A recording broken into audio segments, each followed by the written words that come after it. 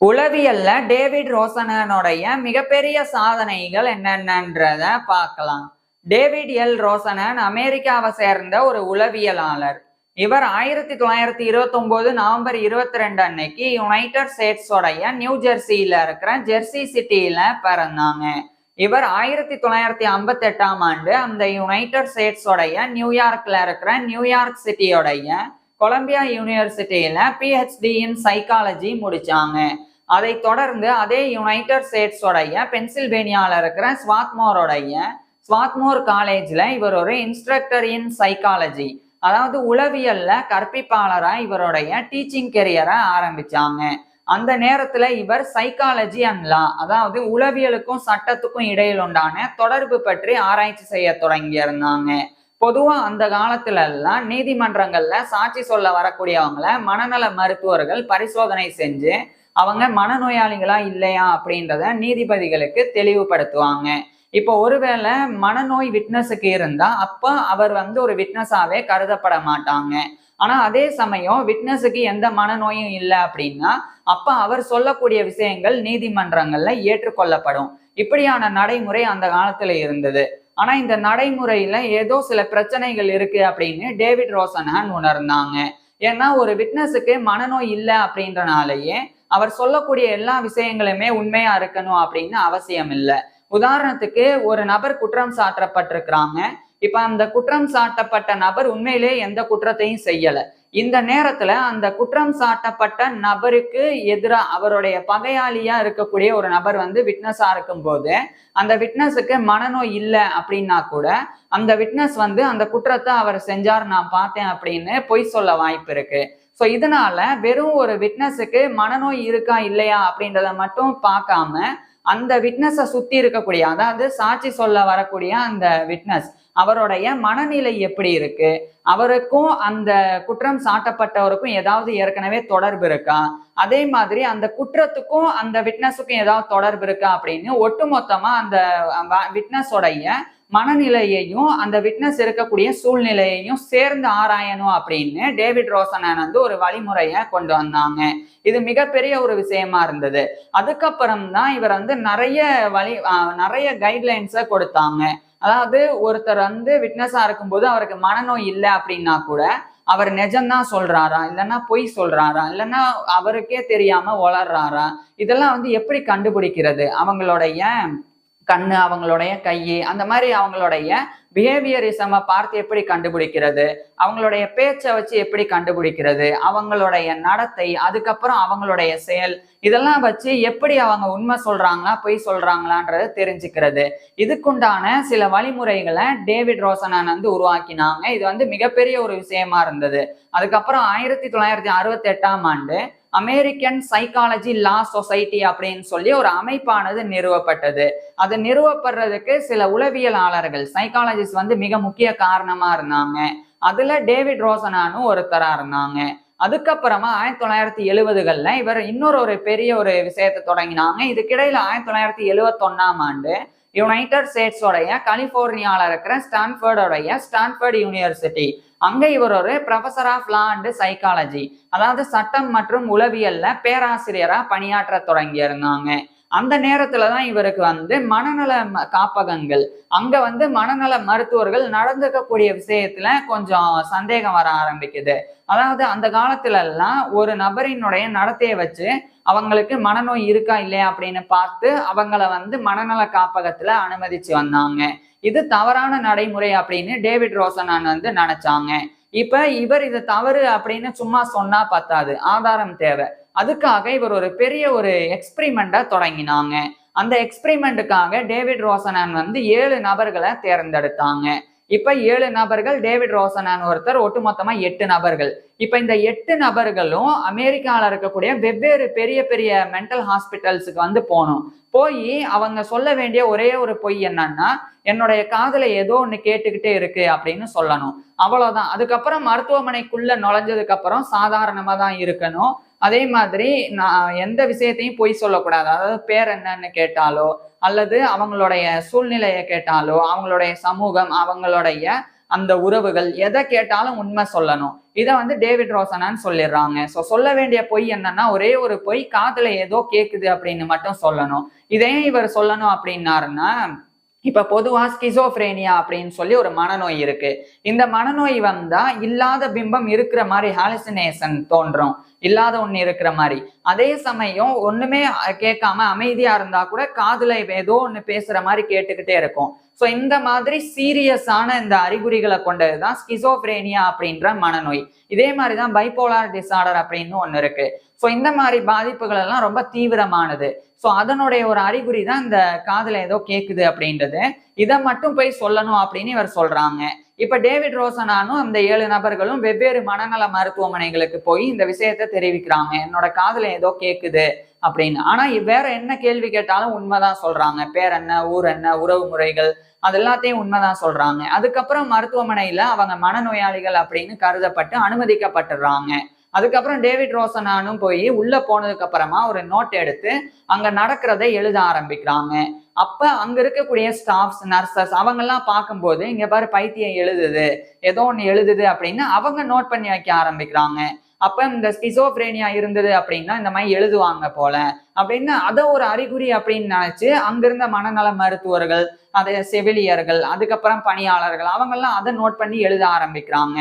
So அதுக்கப்புறம் வந்து David ரோசனானே தான் ஒரு மனநோயாளி இல்லைன்னு சொன்னா கூட அவங்க வந்து நம்பவே இல்லை. அதுக்கப்புறம் வந்து 2ஆம் நாள்ல இருந்தே இவங்க வந்து மனநோயாளிகள் இல்லை அப்படின்னு சொல்லியும் அப்ப வந்து நம்பல. அதுக்கப்புறம் அவங்களே ஆமா நான் மனநோயாளி தான், எனக்கு மாத்திரை கொடுங்கன்னு கேட்கவும் தான் அவங்களுக்கு சந்தேகம் வந்து அவங்க வந்து ஒருவேளை மனநோயிலிருந்து மீண்டு வந்திருப்பாங்க போல அப்படின்னு நினைச்சாங்க. இப்ப 8 பேர் அனுமதிக்கப்பட்டாங்கன்னு சொன்னேன். அதுல 7 நபர்கள் வந்து ஸ்கிசோஃப்ரேனியா நோயாளிகள் அப்படின்னும், ஒரு நபர் பைபோலார் டிசார்டர்னால பாதிக்கப்பட்டிருக்காரு அப்படின்னும் அனுமதிக்கப்பட்டிருந்தாங்க. இப்ப டேவிட் ரோசனான் உட்பட மிச்சம் 8 பேர், அதாவது மொத்தமா 8 பேர். அவங்க வந்து ஃபர்ஸ்ட் ஒரு வாரத்துல ஆரம்பிச்சு, அதாவது 7வது நாள் ஒருத்தர் வந்து மனநல காப்பகத்துல இருந்து வெளியேறாங்க. அவர் வந்து மனநோய் வந்து அவருக்கு போயிருச்சு அப்படின்னு அந்த மனநல மருத்துவமனையில இருந்தவங்க நம்பி அவரை அனுப்புறாங்க. ஆனாலும் ஒரு லேபிளோட அனுப்புறாங்க, எப்ப இவருக்கு வந்து மனநோய் முழுசாலாம் குணமாகல, ஓரளவுக்கு குணமாயிருக்கு அப்படின்னு. அந்த மாதிரி கிட்டத்தட்ட 52வது நாள் தான் கடைசி நபர் வந்து அவருக்கு மனநோய் இல்லை அப்படின்னு கருதப்பட்டு அனுப்பப்பட்டாங்க. இப்ப டேவிட் ரோசனான் வந்து ஒரு முக்கியமான புக் எழுதுறாங்க. அதுதான் on being sane in insane places அப்படின்னு சொல்லி 1973ஆம் ஆண்டு அதை பப்ளிஷ் பண்றாங்க. அதுல இவர் சொல்லக்கூடிய முக்கியமான விஷயம் என்னன்னா, நாங்க மனநோயாளிகளே கிடையாது, ஆனா எங்க காதுல ஏதோ கேக்குதுன்னு சொன்ன உடனே எங்களுக்கு மனநோய் இருக்கு அப்படின்னு சொல்லி மூளைய நரம்புகள் எல்லாம் ஆராய்ச்சி பண்ணாம அப்படியே மனநல மருத்துவமனைகள்ல சேர்த்துக்கிட்டாங்க. அங்க போனதுக்கு அப்புறமா ஏதாவது ஒரு நோட் எடுத்து அங்க நடக்கக்கூடியதை எழுதினா கூட அவங்க அங்க இருக்கக்கூடிய ஸ்டாஃப்ஸ் எல்லாம் அதை பார்த்துட்டு இது ஒரு அறிகுறி, மனநோய்க்குண்டான அறிகுறி, நோட் எடுத்து எழுதுறது அப்படின்னு தப்பா எழுதினாங்க. ஸோ இந்த மாதிரி அவங்களுக்கு வந்து மனநோயாளிகள் யாரு, உண்மையிலேயே மனநோய் யாருக்கு இருக்கு, யாருக்கு மனநோய் இல்லை அப்படின்றத கண்டுபிடிக்க தெரியல, அது வந்து சயின்டிபிக்காவே இல்லை அப்படின்னு சொல்லி இதை வந்து எழுதி இதை வந்து வெளியிட்டாங்க. இப்படி இவரும் வந்து அந்த மிச்சம் 7 நபர்களும் சேர்ந்து சென்ற அந்த பரிசோதனைக்கு தான் ரோசன்ஹான் எக்ஸ்பிரிமெண்ட், இவருடைய பேர்லயே அதுக்கு பேர் சூட்டப்பட்டது. ஸோ அந்த பேர்ல வந்து அழைக்கப்படுது. அதை இவர் வந்து பண்றாங்க.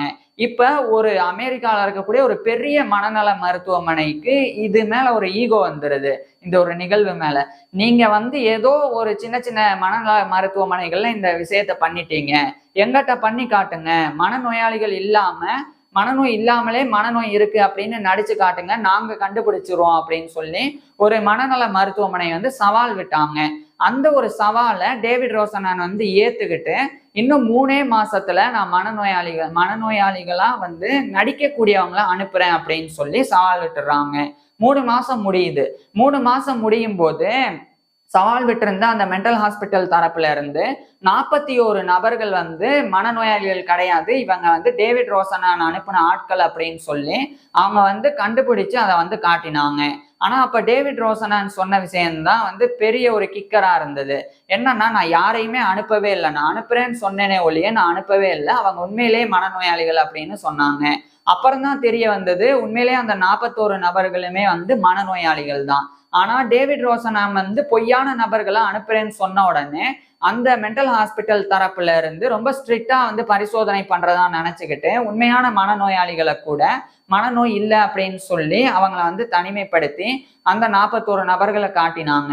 இந்த ஒரு விஷயத்த வச்சுதான் டேவிட் ரோசனான் இன்னொரு விஷயத்த சொன்னாங்க. என்னன்னா, இப்ப மருத்துவர்கள் மத்தியில அப்பவும் வந்து சயின்டிபிக் ரிசர்ச் எல்லாம் இல்ல. ஒருத்தர் வந்து தனக்கு மனநோய் இருக்குதா சொன்னா மூளையை பரிசோதனை பண்றது, நரம்ப பரிசோதனை பண்றது, அந்த மாதிரி எதுவும் பண்ணாம நான் சொன்னதை வச்சு அவங்க எதிர்பார்த்து காத்துட்டு இருந்திருக்கிறாங்க. ஸோ அந்த எக்ஸ்பெக்டேஷன்னால 41 பேரை வந்து மனநோய் இல்லை அப்படின்னு அவங்க ஒதுக்கிட்டாங்க அப்படின்னு டேவிட் ரோசனான் வந்து இதையும் வெளிப்படுத்தினாங்க. ஸோ ஒட்டுமொத்தமா அங்க 193 பேர் அனுமதிக்கப்பட்டிருந்தாங்க 3 மாசத்துல. அதுல 193 பேருமே வந்து மனநோயாளிகள் தான். ஆனா அந்த மனநல மருத்துவர்கள் வந்து 41 பேர் மனநோயாளிகள் இல்லை அப்படின்னு சொல்லியிருந்தாங்க. ஏன்னா டேவிட் ரோசனான் வந்து போலியான நபர்களை அனுப்ப வாய்ப்பு இருக்கு அப்படின்னு எதிர்பார்த்தனால. அப்பதான் டேவிட் ரோசனான் சொல்றாங்க, உண்மையிலேயே வந்து சயின்டிபிக் ரிசர்ச் அடிப்படையில இந்த பரிசோதனைகள் இருந்திருந்தா அந்த 41 பேருக்கும் மனநோய் இருக்கு அப்படின்னு அந்த காப்பகங்கள் மனநல மருத்துவமனையில சேர்க்கப்பட்டிருப்பாங்க. ஆனா அப்படி பண்ணாததான் தப்பு அப்படின்னு. அதுக்கப்புறம் தான் மனநல மருத்துவர்களுக்கு ஒரு பெரிய விஷயம் உரைக்குது. அப்ப இனிமே வந்து மனநோய் இருக்கா இல்லையா அப்படின்றத சும்மா மேலோட்டமா பார்க்க கூடாது, ரொம்ப ஆழமா பரிசோதனை பண்ணணும் அப்படின்ற விஷயம் அதுக்கப்புறம் தான் தெரிய வந்தது. அப்பதான் சைக்கியாட்ரிக் டயக்னோசிஸ்ல, அதாவது மனநோய் இருக்கா இல்லையா அப்படின்றத கண்டறியக்கூடிய அந்த முறையில இவ்வளவு பெரிய பிரச்சனை இருக்கு அப்படின்றத டேவிட் ரோசனான் மூலமா மருத்துவ உலகம் உணர்ந்திருந்தது. அதுக்கப்புறம் தான் நிறைய ஸ்ட்ரிக்டான வழிமுறைகள் கொண்டு வரப்பட்டது. குறிப்பா diagnostic and statistical manual of mental disorders part 3, அதாவது அதனுடைய 3வது பதிப்பு, அது ஒரு பெரிய ஒரு புத்தகம், அதனுடைய 3வது பதிப்பு வெளியிடப்பட்டது. அந்த 3வது பதிப்பு, ஏற்கனவே 2 பதிப்புகள் வந்து 1973க்கு முன்னாடியே வெளியிடப்பட்டிருந்தது. இவர் எக்ஸ்பெரிமெண்ட் பண்ணதுக்கு அப்புறம் 3வதா இந்த 3வது பதிப்பு வெளியிடப்பட்டது. அப்பதான் அந்த புத்தகத்துல வந்து நிறைய விஷயங்கள், இனிமே மனநோயாளிகளை எப்படி பரிசோதனை பண்ணணும் அப்படின்ற பல விஷயங்கள் குறிப்பிடப்பட்டிருந்தது. ஸோ சைக்கியாட்ரிக் டயக்னோசிஸ்ல ஒரு பெரிய முன்னேற்றம் ஏற்படுறதுக்கு டேவிட் ரோசனான் தான் காரணமா இருக்கிறாங்க. அதுக்கப்புறம் டேவிட் ரோசனான் வந்து இன்னொரு பெரிய விஷயம் சொன்னாங்க.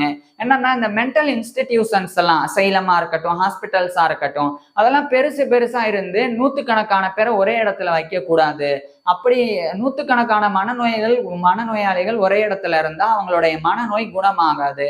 அதுக்கு மாறா நல்லா இருக்கிறவங்க கூட அங்க போனா மனநோயாளிகள் ஆயிடுவாங்க.